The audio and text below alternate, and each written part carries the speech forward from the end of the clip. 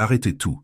Ce que vous êtes sur le point d'entendre est une lame. Elle coupera soit vos chaînes, soit vos chances de vous en sortir un jour. Votre compte en banque ne ment peut-être pas, mais votre corps, lui, vous trahit à chaque seconde. Il crie votre faiblesse à ceux qui savent écouter. Ce qui va suivre est un miroir impitoyable. Ne le regardez que si vous êtes prêt à voir la vérité. Pensez à cette réunion. Vous aviez l'idée, mais votre voix n'a pas porté. 1 heure plus tard, quelqu'un d'autre la répète plus fort et récolte les lauriers. Pensez à cette conversation où vous vous êtes excusé sans même savoir pourquoi, juste pour apaiser une tension que vous n'aviez pas créée. Vous vous justifiez pour des décisions mineures, comme si vous demandiez la permission d'exister. Vous êtes la cible de ces blagues amicales qui laissent un goût de cendre dans la bouche. Vous souriez, mais à l'intérieur, quelque chose se brise un peu plus chaque fois. Ce n'est pas un hasard. Ce n'est pas de la malchance. C'est un schéma. Une architecture invisible du pouvoir que vous subissez sans la comprendre. Cela vous arrive parce que vous émettez des signaux de pauvreté. Pas une pauvreté financière, non. Une pauvreté bien plus profonde. Une pauvreté de statut, d'autorité personnelle. On vous a appris à être gentil, à ne pas faire de vagues. On vous a vendu la soumission comme une vertu. Et pendant que vous jouez selon ces règles, les autres jouent un jeu complètement différent. Un jeu où votre gentillesse est une invitation à vous dévorer. Ils le voient. Les prédateurs sociaux, les manipulateurs subtils dans votre bureau, même certains membres de votre famille. Ils ont un radar pour ça. Ils testent vos limites avec une petite pique, une demande déraisonnable, un silence calculé. Ils observent votre réaction. Est-ce que vous vous excusez? Est-ce que vous vous justifiez? Chaque fois que vous le faites, vous leur confirmez ce qu'ils pensaient déjà. Vous êtes une proie. Facile, une ressource à exploiter et pas un égal à respecter. Ils ne sont pas méchants. Ils sont simplement des joueurs qui ont compris les règles que vous ignorez. Mais ce langage de la faiblesse peut être désappris. Cette réputation peut être détruite et reconstruite en forteresse. Le respect ne se demande pas, il ne se mérite pas par la gentillesse. Il s'impose.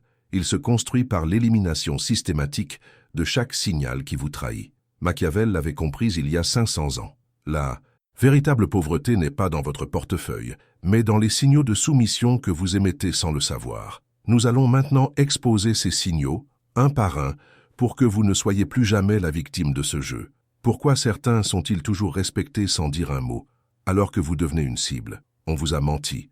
On vous a dit d'être aimable, de chercher le consensus, de ne pas faire de vagues. C'était un programme, une instruction délibérée, pour vous rendre prévisible et contrôlable.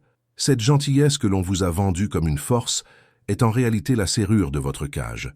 Chaque fois que vous baissez les yeux, que vous cédez du terrain pour éviter un conflit, vous ne gagnez pas la paix. Vous confirmez simplement votre statut de proie. Vous montrez aux prédateurs que votre confort est moins important que votre respect. Et ils en prennent note. Cette programmation est la source de votre faiblesse. Il est temps de la désinstaller, définitivement. Il y a 5 siècles, un homme a écrit les règles de ce jeu impitoyable. Nicolas Machiavel n'était pas un monstre, c'était un réaliste. Il a compris que le pouvoir ne se soucie pas de vos intentions, mais de vos apparences. Sa doctrine, dépouillée de toute morale naïve, est une arme. Il a écrit « Un homme n'est pas jugé sur ce qu'il est, mais sur ce qu'il paraît être. Montrer sa faiblesse, même involontairement, n'est pas une demande de pitié. C'est une invitation au mépris. C'est une loi de la nature humaine, aussi immuable que la gravité. Ignorez-la, et elle vous écrasera. Aujourd'hui, la cour du prince a été remplacée par l'open space, mais les règles sont identiques. Chaque interaction est une négociation de statut. Votre façon de parler, de vous tenir, de répondre à un email, tout est analysé. Quand vous vous justifiez à l'excès, vous donnez à l'autre le pouvoir de vous juger. Quand vous vous excusez pour exister, vous lui signalez que votre place est en dessous de la sienne. Les gens ne vous traitent pas comme vous le méritez. Ils vous traitent selon les signaux que vous émettez. Votre gentillesse est lue comme une faiblesse. Votre désir d'harmonie est perçu comme une peur du conflit. Sur cet échiquier invisible, vous perdez la partie avant même d'avoir bougé votre premier pion, car vous montrez toutes vos cartes. Ce qui va suivre n'est pas une liste de conseils pour être plus confiant. C'est un protocole pour devenir indéchiffrable. Vous n'allez pas apprendre à mieux parler. Vous allez apprendre à maîtriser le silence, l'arme la plus puissante qui soit. Votre silence deviendra plus lourd de sens que leur discours. Vous cesserez d'être un livre ouvert, une cible facile. Vous deviendrez une forteresse, une énigme. Les autres ne sauront plus comment vous lire et dans le doute, ils choisiront le respect. Ils sentiront le changement. Votre nouvelle économie de mots créera une gravité autour de vous. Le respect ne sera plus une chose que vous espérez, mais une conséquence inévitable de votre présence. Mais je dois vous avertir, après avoir entendu ce qui suit, il n'y a pas de retour en arrière. Vous ne pourrez plus jamais avoir une conversation innocente. Chaque discussion, chaque réunion, chaque silence deviendra transparent. Vous verrez les fils invisibles du pouvoir, les tests subtils, les manœuvres de domination. Vous les verrez chez les autres, mais surtout, vous les verrez en vous. C'est une connaissance qui s'imprime de manière permanente. Vous quittez le monde des agneaux pour comprendre la carte mentale des loups. Ce savoir est un fardeau pour les faibles, mais une arme pour ceux qui sont prêts. Le secret n'est pas dans ce qu'ils disent, mais dans ce que vous décidez de ne pas dire. Voici les 10 incisions chirurgicales pour retirer la faiblesse de votre comportement. Chaque principe est un scalpel. Il n'y a pas d'anesthésie. Observez, identifiez et coupez. Ce n'est pas une liste à mémoriser, c'est un protocole d'éradication. Chaque signal que vous éliminez est une brique de plus dans la forteresse que vous devenez. Écoutez attentivement, car le premier est le plus commun. Le poison que vous buvez chaque jour en pensant que c'est de l'eau. 1. Le poison de l'explication. Psychologiquement, se justifier sans y être invité est un acte de soumission. Vous partez du principe que votre action est suspecte et qu'elle nécessite une défense. Vous abandonnez le terrain élevé et vous placez en position d'accuser, invitant l'autre à devenir votre juge. Ce besoin de validation externe crie que vous ne faites pas confiance à vos propres décisions. Vous ne cherchez pas à informer, vous cherchez l'absolution. Le pouvoir ne demande jamais la permission et ne s'excuse jamais d'occuper sa place.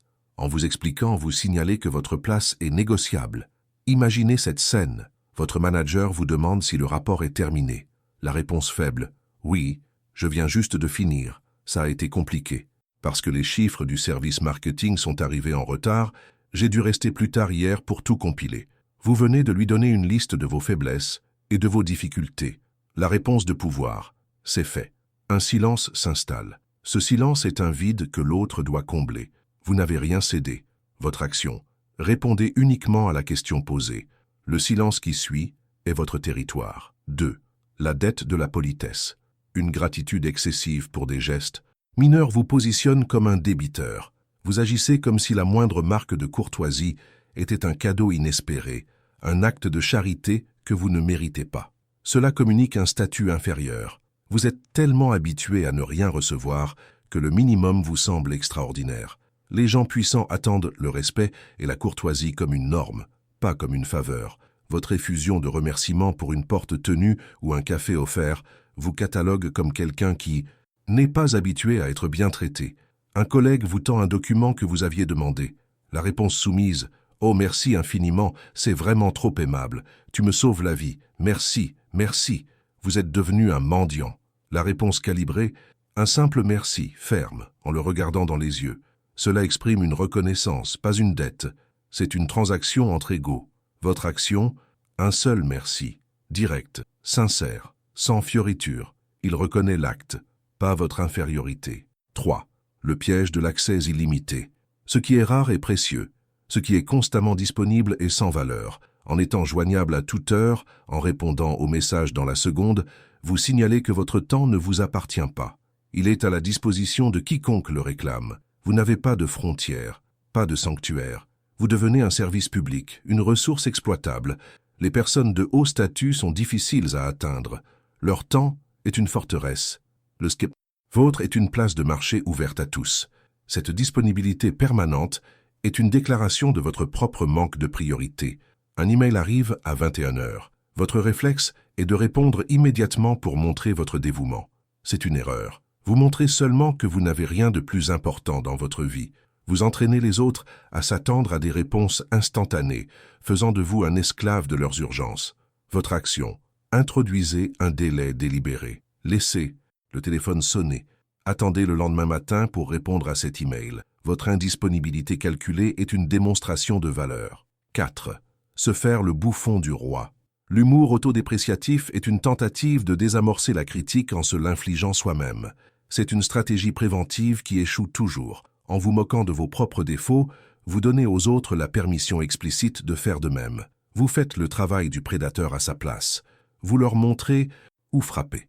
Loin de créer une connexion sympathique, cela solidifie une image de bouffon inoffensif. On rit avec vous, puis on vous manque de respect 5 minutes plus tard, car vous avez vous-même déclaré que vous n'étiez pas à prendre au sérieux. En réunion, face à un problème technique, « Ah, ne me regardez pas, je suis une catastrophe avec les ordinateurs. Ha ha ha, je suis de la vieille école. » Vous venez de vous disqualifier de toute conversation sérieuse sur le sujet et de vous peindre comme incompétent volontairement. Votre action, si vous utilisez l'humour, qu'il soit un scalpel tourné vers l'extérieur. Observez le monde. Ne vous poignardez pas pour amuser la galerie. 5. Offrir des munitions à l'ennemi. Le partage hâtif de vos doutes, de vos peurs et de vos faiblesses n'est pas un signe d'authenticité, c'est une erreur stratégique. Vous confondez intimité et exposition. La véritable confiance se construit avec le temps et se mérite. En livrant vos informations personnelles à des connaissances occasionnelles, vous leur donnez des armes qu'ils pourront utiliser pour vous manipuler, vous discréditer ou simplement vous juger. Chaque faiblesse que vous révélez est une brèche dans votre armure. Les gens de pouvoir sont des coffres forts. Ils savent que l'information est un levier. Vous venez de rencontrer un nouveau collègue et après 10 minutes, vous lui parlez de vos difficultés financières ou de vos doutes sur votre carrière. Vous pensez créer un lien. En réalité, vous lui transmettez votre manuel d'utilisation pour vous déstabiliser. Votre action, le mystère est une forme de pouvoir. Partagé sur la base du besoin de savoir. La plupart des gens n'ont pas besoin de savoir. C'est ici que vous tracez une ligne. Écrivez dans les commentaires. Je me refuse à me justifier. 6. Le réflexe du rabaissement. Quand on vous fait un compliment, le rejeter ou le minimiser est un rejet de votre propre valeur. C'est un signal puissant envoyé à l'autre et à vous-même que vous ne vous sentez pas digne de reconnaissance. Vous dites en substance « Vous avez tort de me valoriser, je vaux moins que ça ». Ce faux semblant d'humilité est perçu pour ce qu'il est, une profonde insécurité. Vous forcez l'autre à insister ou à se sentir mal à l'aise, ce qui détruit votre statut. Accepter un compliment avec grâce est une démonstration de confiance. Votre chef vous dit « Excellent travail sur cette présentation ». La réponse de pauvreté « Oh, ce n'est rien, vraiment, l'équipe a beaucoup aidé et puis la chance a joué. Vous venez d'annuler votre propre mérite. Votre action, accepter. Un simple et puissant « Merci, j'apprécie ». C'est tout. Il valide le compliment, votre travail et la personne qui vous l'a fait. Les 6 premiers signes étaient visibles dans vos actions. Le 7e est une infection sonore. Il se cache dans votre voix. 7. La bande-son de l'incertitude. Votre manière de parler peut anéantir le message le plus puissant. Les tics de langage comme « en » fait genre, tu vois, sont des béquilles verbales qui signalent une hésitation. Elles remplissent le silence que vous devriez posséder. Pire encore, l'intonation montante à la fin de vos phrases, comme si vous posiez une question, transforme une affirmation en supplique. Cela communique au niveau subconscient que vous cherchez l'approbation, que vous n'êtes pas sûr de ce que vous avancez. C'est la voix de quelqu'un qui demande la permission de tenir son propre propos. Au lieu de dire « nous devrions choisir l'option B », vous dites « je pense que peut-être qu'on pourrait envisager l'option B ». La première est une directive. La seconde est une suggestion timide, facile à ignorer. Votre action, parlez plus lentement. Embrassez les pauses. Le silence entre vos mots donne du poids à ceux qui suivent. Terminez vos phrases sur une note descendante. Affirmez. Ne demandez pas. 8. Le virus de l'excuse inutile. S'excuser pour des choses qui ne sont pas de votre faute ou qui ne nécessitent aucune excuse est un réflexe de soumission pure. Vous vous excusez d'occuper de l'espace, de poser une question, de déranger. Chaque pardon non mérité est un petit morceau de votre autorité que vous offrez. Vous endossez la responsabilité de l'inconfort des autres, de leur impatience, de leurs erreurs. C'est le signal ultime que votre bien-être passe après celui de tout le monde. Vous devenez le concierge émotionnel de chaque situation. Quelqu'un vous bouscule dans un couloir. Votre réflexe immédiat est de dire pardon. Vous venez de vous excuser pour l'erreur de quelqu'un d'autre. Vous avez absorbé la faute pour maintenir une paix sociale qui ne vous profite pas. Votre action. Ne vous excusez que pour une faute réelle et significative que vous avez commise. Pour tout le reste, le silence ou un regard direct suffisent. 9. La maladie du consentement forcé. Votre incapacité à dire non est le symptôme d'une maladie profonde, le besoin d'être aimé par tout le monde. Mais 1. Oui n'a de valeur que s'il existe une possibilité réelle d'un non. En disant oui à tout, vous montrez que vous n'avez pas de frontières, pas de priorités propres. Votre temps et votre énergie deviennent des biens communs que n'importe qui peut s'approprier. Les gens ne vous respectent pas pour votre serviabilité. Ils vous exploitent pour votre manque de colonne vertébrale. Chaque oui forcé est une trahison envers vous-même. Un collègue vous demande de l'aider sur son projet un vendredi à 17 h, alors que vous avez des engagements personnels. Vous sentez la pression, la peur de décevoir, et vous entendez votre bouche dire « Oui, bien sûr, pas de problème ». Vous venez de sacrifier vos propres plans pour quelqu'un qui n'aurait pas hésité à vous dire non. Votre action, apprenez à dire non, calmement, fermement, sans justification. Un simple « je ne peux pas », c'est la déclaration de votre souveraineté. 10. L'architecture de la soumission. Avant même que vous n'ouvriez la bouche, votre corps a déjà raconté toute votre histoire. Une posture voûtée, des épaules rentrées, un regard fuyant, des gestes agités, ce sont les signaux universels de la proie. Vous essayez inconsciemment de prendre moins de place, de devenir invisible. C'est une stratégie de survie qui, dans le monde social, est une invitation à la domination. À l'inverse, une posture droite, des mouvements lents et délibérés, un contact visuel stable, tout cela communique le contrôle et l'autorité. Votre corps est le piédestal de votre statut. Asseyez-vous dans une salle de réunion et observez. Les personnes de faible statut se penchent en avant, se tortillent, posent leurs mains sur leurs genoux comme des enfants sages. Les personnes de pouvoir s'adossent, occupent l'espace de leur fauteuil, leurs gestes sont mesurés. Ils possèdent physiquement la pièce. Votre action.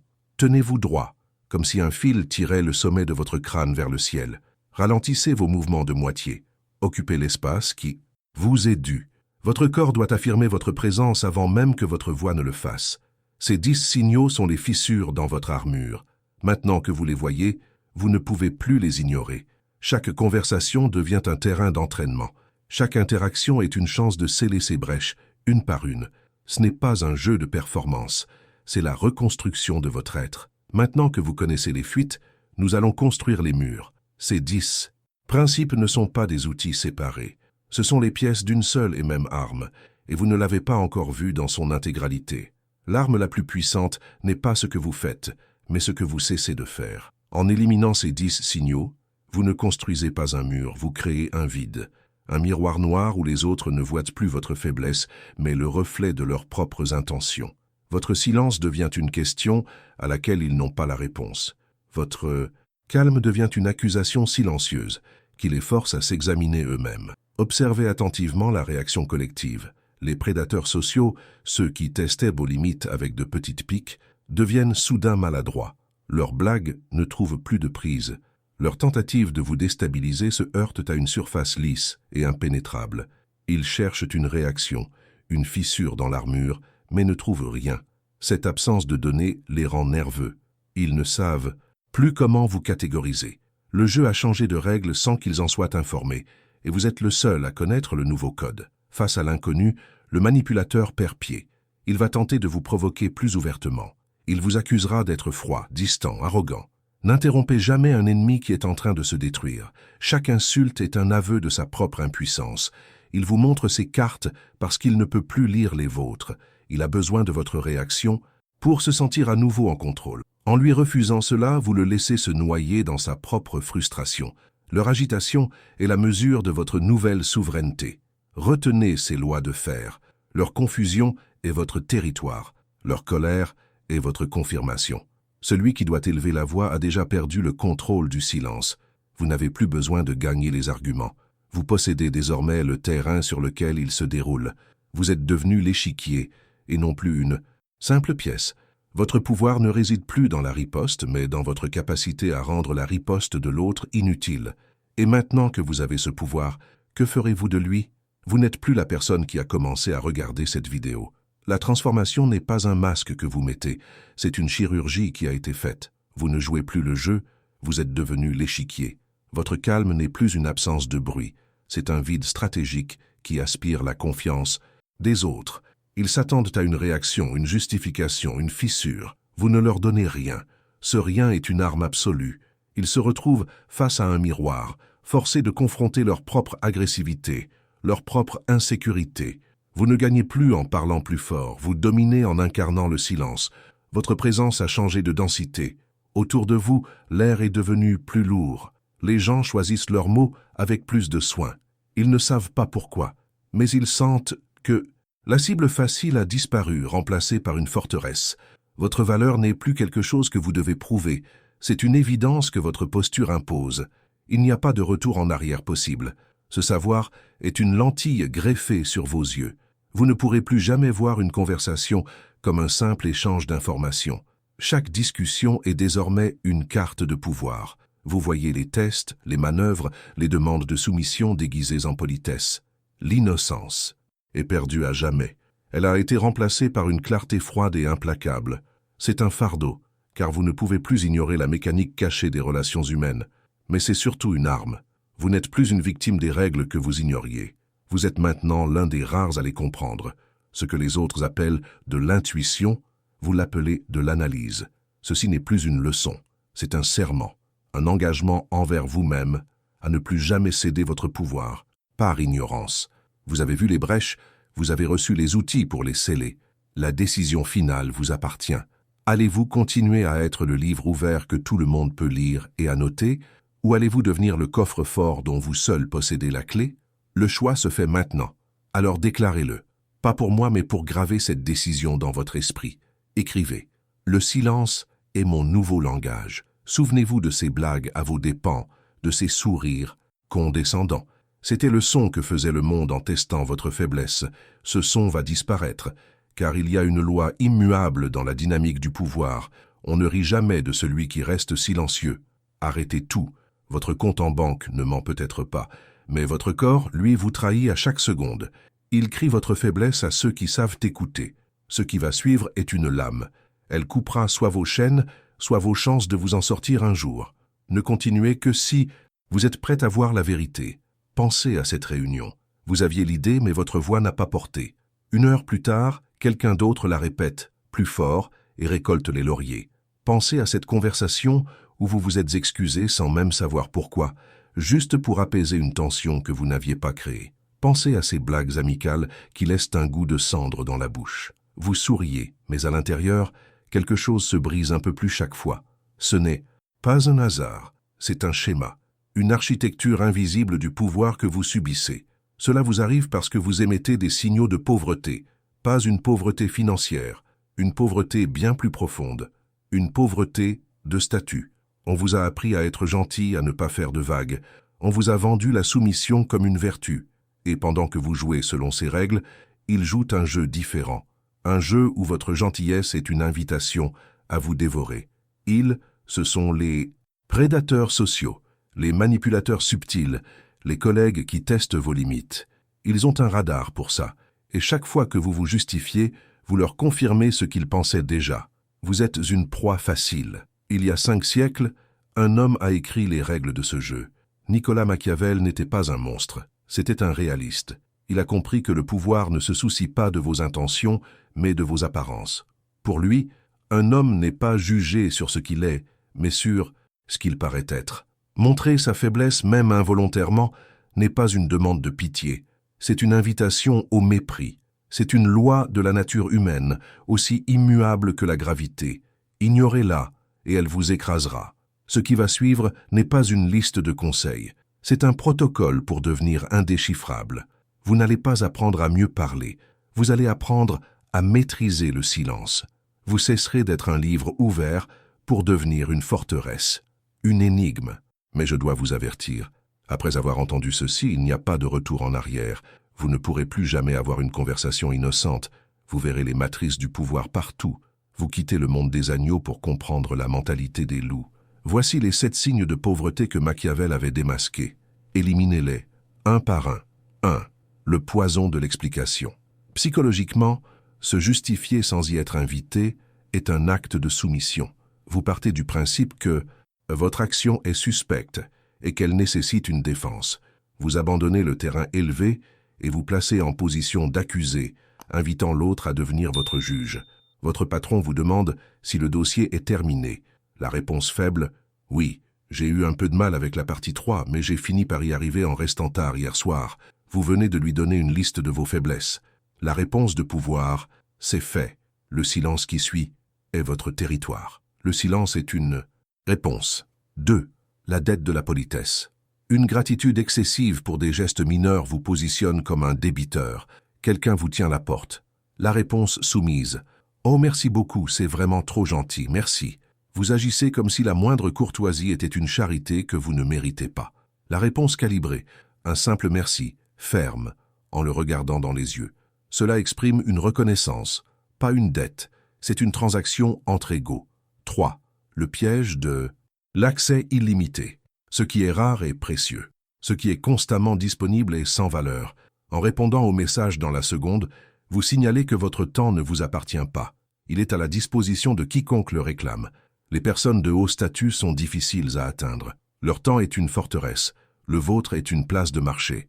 Votre action. Introduisez un délai délibéré. Laissez le téléphone sonner. Vous n'êtes pas un service d'urgence. Écrivez dans les T-107 on.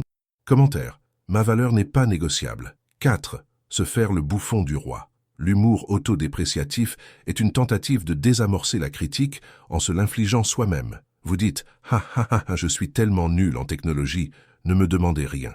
Vous donnez aux autres la permission explicite de vous manquer de respect. Vous faites le travail du prédateur à sa place. Si vous utilisez l'humour, qu'il soit un scalpel tourné vers l'extérieur. Observez le monde, ne vous poignardez pas. Pour amuser la galerie. 5. Offrir des munitions à l'ennemi.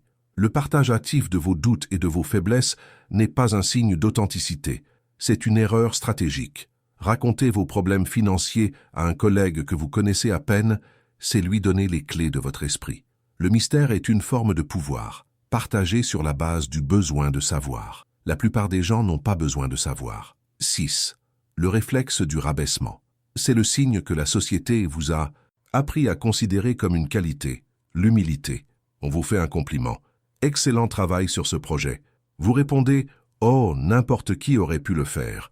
En minimisant le compliment, vous rejetez votre propre valeur. C'est un signal puissant que vous ne vous sentez pas digne de reconnaissance. Votre action, acceptez. Un simple et puissant « Merci, j'apprécie ». C'est tout. Il valide le compliment, votre travail et votre statut. Restez bien attentif. Le 7e principe est le plus subtil. Il se cache dans le son même de votre voix et peut anéantir la plus brillante des idées. 7. La bande-son de l'incertitude.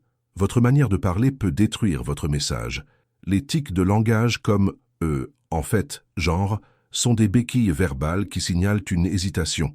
Pire encore, l'intonation montante à la fin de vos phrases transforme une affirmation en supplique. Au lieu de dire « nous devrions choisir l'option B », vous dites « je pense que, on devrait peut-être essayer l'option B ». La première est une directive. La seconde est une suggestion timide. Votre action. Parlez plus lentement. Embrassez les pauses. Terminez vos phrases sur une note descendante. Affirmez. Ne demandez pas. Commentez. Je suis l'architecte de mon respect. Maintenant, vous n'êtes plus la personne qui a commencé à écouter. Cette connaissance est une lentille greffée sur vos yeux. Vous ne jouez plus le jeu. Vous êtes devenu l'échiquier. Votre calme n'est plus une absence de bruit. C'est un vide stratégique qui aspire la confiance des autres. Ils s'attendent à une réaction, une justification, une fissure. Vous ne leur donnez rien. Ce rien est une arme absolue. Ils se retrouvent face à un miroir, forcés de confronter leur propre agressivité. L'innocence est perdue à jamais. Elle a été remplacée par une clarté froide et implacable. C'est un fardeau, mais c'est surtout une arme. Vous n'êtes plus une victime des règles que vous ignoriez. Vous êtes maintenant l'un des rares à les comprendre. Le choix vous appartient. Allez-vous rester le livre ouvert que tout le monde peut lire ou devenir le coffre-fort dont vous seul possédez la clé? Déclarez-le. Pour graver cette décision dans votre esprit, écrivez « Le silence est mon nouveau langage ». Rappelez-vous, les loups ne s'excusent pas d'être des loups. Cessez de vous excuser d'exister. Occupez l'espace. Votre silence est désormais votre bouclier et votre arme. Ils ne peuvent pas exploiter ce que vous ne leur donnez. Passe.